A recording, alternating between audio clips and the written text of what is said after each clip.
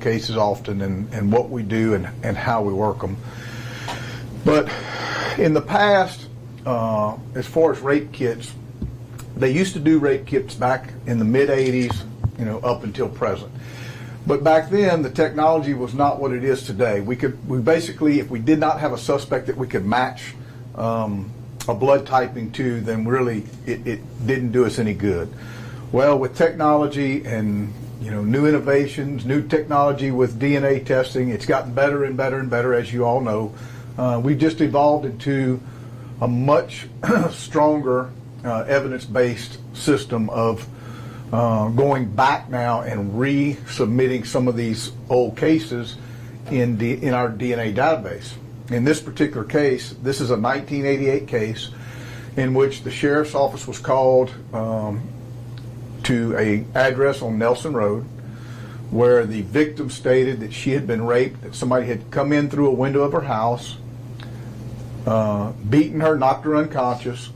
When she awoke, she was being raped, and then of course the suspect fled, and the sheriff's office brought her to the hospital. A rape kit was done, and all these years later now, because of technology, we can go back, and we've started doing that. Our crime lab, our ladies are here right now with us today that do our DNA testing. So if you have any technical questions when we're done, if you need to ask that, and I can't answer it, they certainly can.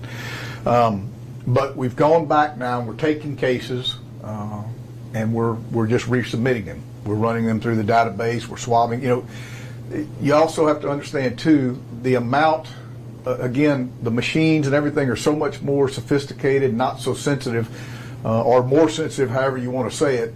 Used to be you had to have a really good sample, whereas now it doesn't have to be that large of a sample in order to test something. So we've just gotten better and better with technology, that we're able to bring some of these cases that before we really had nothing we could do with them. We are able to now go back and retest these, and we're in the process of doing this. This is one of the first ones they tested, and we were able to, well, it's the first one that we've tested and got a hit back. Let's put it that way.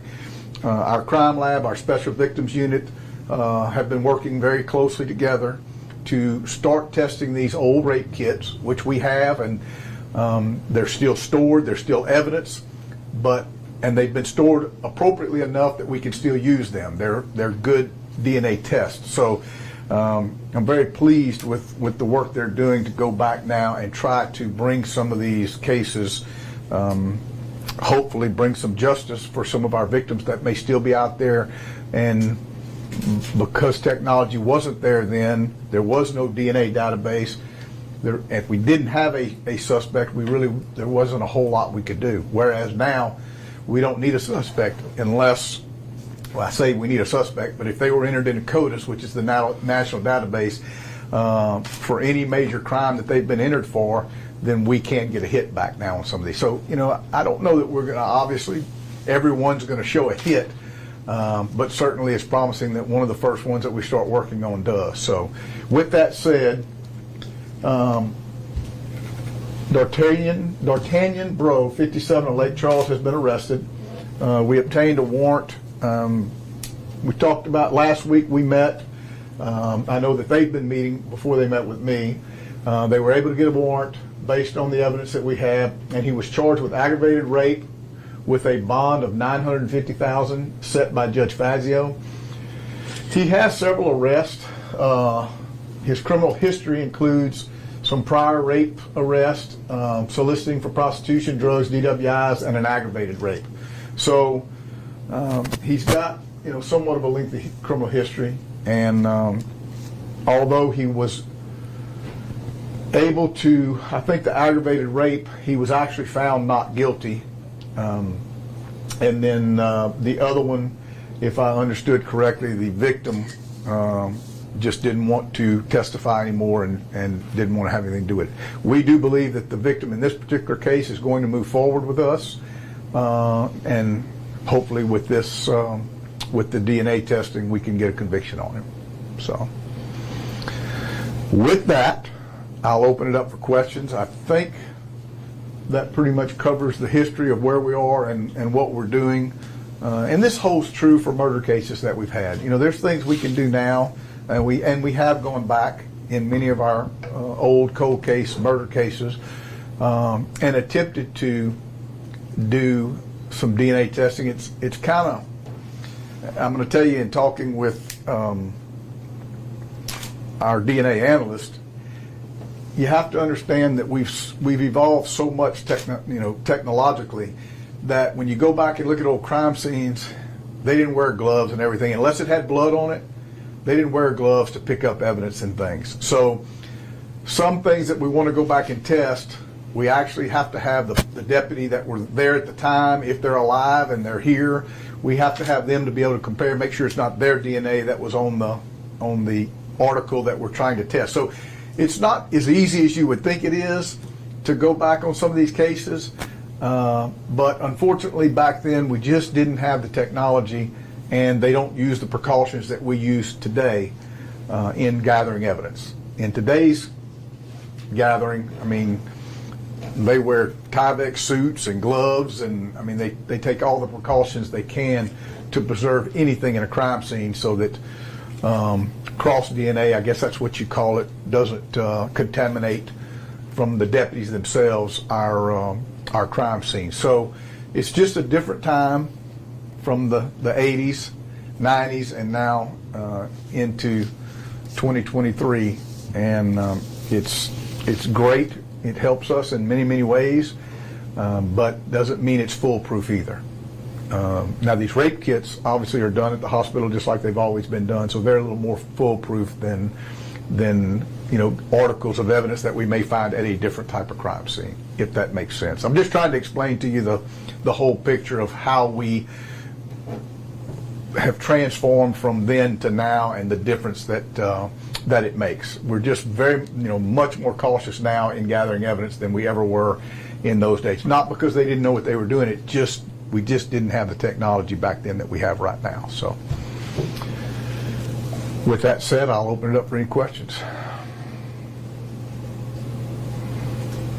All right. Do you know how many total cases are being resubmitted? How many cold cases are We know that, if I'm not mistaken, from what we talked about, 30 we're looking at right now with the Special Victims Unit. Okay, there could be some more.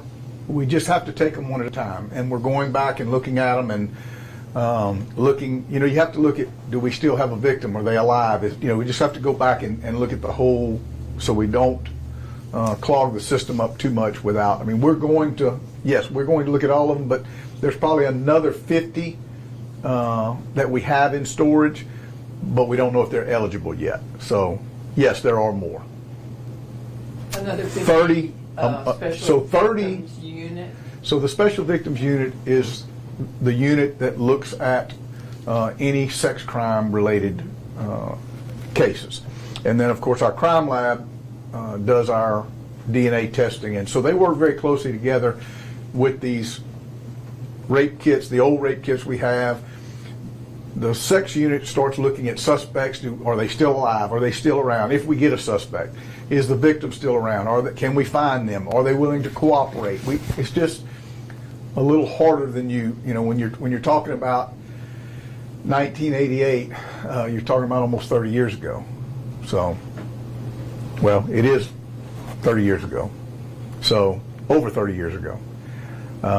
So you have to look at how long ago it was and what we can do now based on what we have. You still have to have a victim that's willing to cooperate and testify. I say that, I'm sure the DA would prefer that we had a victim that could testify and was willing to pursue charges. Can you speak on her behalf? Can I speak on her behalf? Yes, I mean, I don't want to speak on her behalf other than I know that she is happy that we have found somebody. She's grateful that we have found somebody. She's grateful for the new technology. And that's based on my conversations with our detectives and our DNA analysts. That was one of the reasons we didn't do this last week. It's one of the reasons we didn't obtain a warrant last week. We wanted to make sure that she is our victim and that she wanted to pursue this and this is what she wanted. So yes, she's, think about it. She's lived with this and put up with this for over 30 years. So you can imagine the burden that she's been carrying around her whole life. So, I don't want to speak for her, but I think I can tell you for my staff, it brings us, it's so much satisfaction when we can take a case that otherwise 30 years ago just wouldn't have gotten solved. If we didn't have a suspect, it was almost nearly impossible to solve to where now we just have that ability to bring some closure to somebody that would like that closure.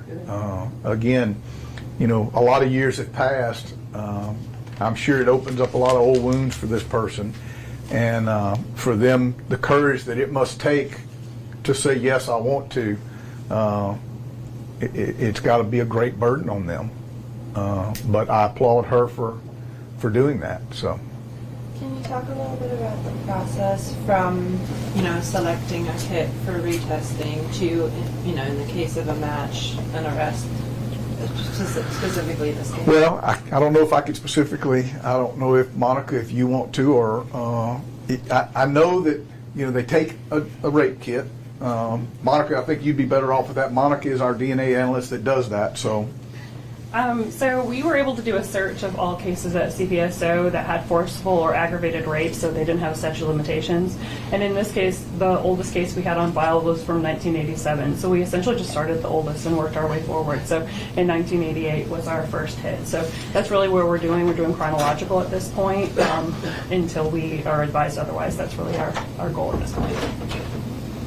And then how once it's submitted, how do we go from there? What are the next steps? It depends on the kit. Sometimes the results we have, and so it was tested long ago, and we can see that, hey, there was some positive findings back in the initial test. And if there was, then we'll just go straight forward with the DNA process. Some have to be worked as if they weren't worked originally because it's so long ago since they were tested. So we're doing that first. Then we take it through the DNA process, and if we get a DNA profile, we then put it into CODIS, and then if we got a hit like we did on this one, we talk to the detectives, give them the information for them to further investigate.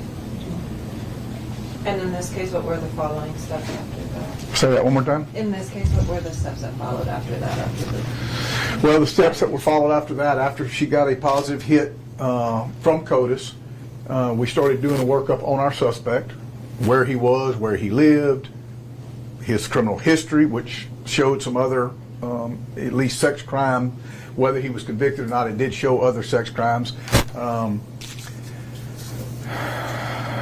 He does have, and I'm not going to talk about him, but he does possibly have charges in another part of the state, and I'm going to leave it at that because I don't want to mess up any of their case or what could go on with that. So there is a possibility that there could be more charges from outside of Calcasieu Parish. I don't want to say anything about a serial rapist, or because I can't confirm that, but it certainly piqued our interest when we saw other issues that arose, and we'll let that just lead us where it leads us as we move forward with this. To go back on something that she said a while ago, you have to understand too that just because we have this information does not mean we'll get a hit in CODIS. If we have a suspect that has never been in trouble before, yes, they could have raped somebody still, but if they have never been entered into CODIS, then we're still back to square one like we were in 1988. If we don't have a suspect to match the DNA to, then we're still at ground zero. Now, if we had a suspect back then and we have enough information to maybe go get a swab, and again, we'd have to do the right procedures to do that. So let's say we have a suspect, but there was never a conviction, there was never an arrest because we just couldn't prove it at the time. So now we have DNA. Is it possible for us to possibly go get a DNA test from that person with a warrant? If that's the case, then yes, we could go back, test a suspect, and see if that matches. But I think it's a stretch to get a probable cause warrant for that, depending on the circumstances. So we still have to, I've said this probably a million times in press conferences, we still got to follow the rules and go by the letter of the law.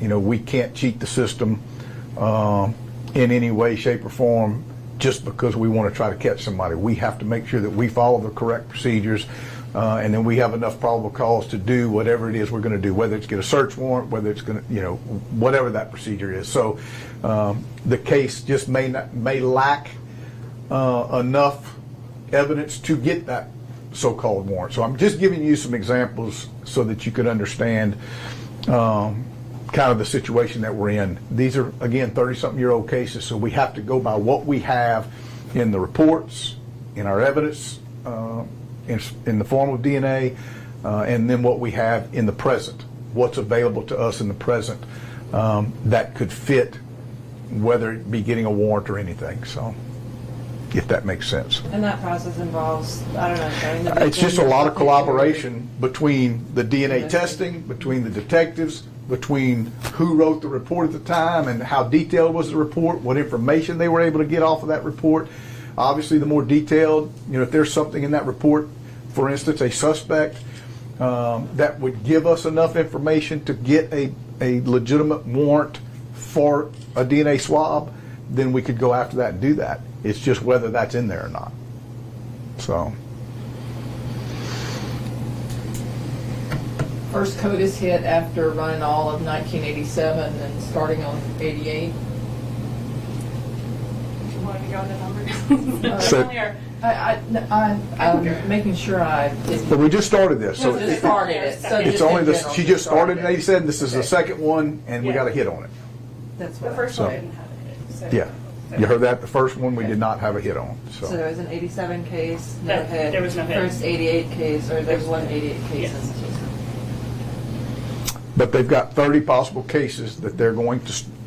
We're in the process of running, and like she explained to you, she is taking them from the oldest and just moving forward from there. And that's 87 to what year? Do you- We got DNA and CODIS in 2008. So between, Oh, wow. 2008 and 2008. There were some cases between that time frame that were tested. They would get sent to the FBI lab, or they'd get sent to North Louisiana Crime Lab, depending on the case. So it's not all of the cases, so we're looking into that as well. And so there's a lot of things we have to look into before deciding which ones we're going to test. Well, I thank y'all for coming today. If you don't have any more questions, Caleb will give y'all an official press release, and that'll give you kind of a breakdown of what happened, what I went over today. So.